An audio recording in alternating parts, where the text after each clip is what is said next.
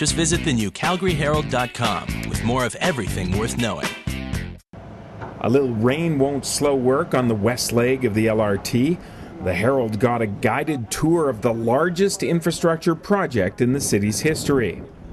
Next month, this massive yellow machine being assembled in Millennium Park will begin inching its way westward. Think of the truss like a giant gantry crane to lift concrete track base sections into place. It will be quite a sight when this will happen in the summer. Christian Cormier is my guide. Yeah, well, it's a machine that will actually lift the precast and put it on those pillars. So it will move, like I've said, from Millennium Park westward. Follow the 36 support pillars being constructed and you can see the track route taking shape and how quickly it has to climb to clear 9th Avenue and the main CP rail line. Over its 8-kilometer length, the west leg will rise 150 meters. That's a steep grade in spots for a train. Driving along 9th Avenue, you can see Sinalta Station beginning to take shape. It's Calgary's first elevated station, perched high above the community. It's not all construction, as this time-lapse shows. The 24th Street pedestrian bridge had to be removed over Bow Trail to make room for the LRT. A new bridge will be in place by the end of the year.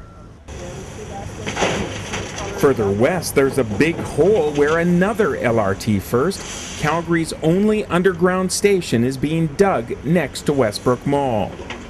It will be the future location of what we call TOD, Transit-Oriented Development, which we'll see in the future mostly residential and some retail buildings.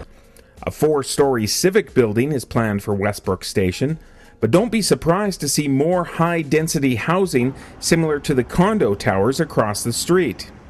It's to have people live near transit so that they can, move around the city, can go to work, go shopping easily and not relying so much on their car.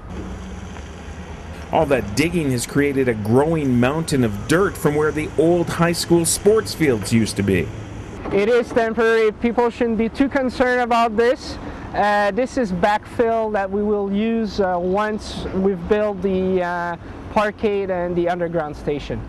This is also where the tracks go from Bow Trail to 17th Avenue, much of that track below grade. So shoring work continues. Steel poles hammered into place to keep the sides of the trench from collapsing. West of Sarcee Trail, a new park and ride is set to open Monday.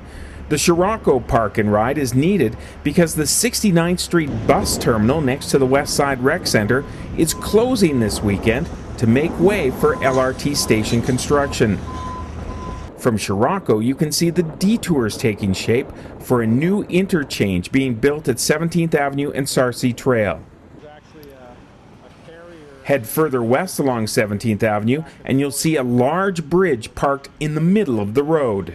What you see behind you, Rick, is the temporary bridge that will be in place for the next 4 or 5 months, and that will allow us to divert traffic while we dig underneath, and that will be the future tunnel section that will allow the train to move from north of 17th Avenue going south to the future 69th Street location.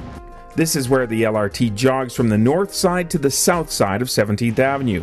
During construction, 3 temporary bridges will be in place along the LRT route. It's an 8-kilometer construction zone, and that's probably also why we see so much happening and gives the impression that it's moving fast.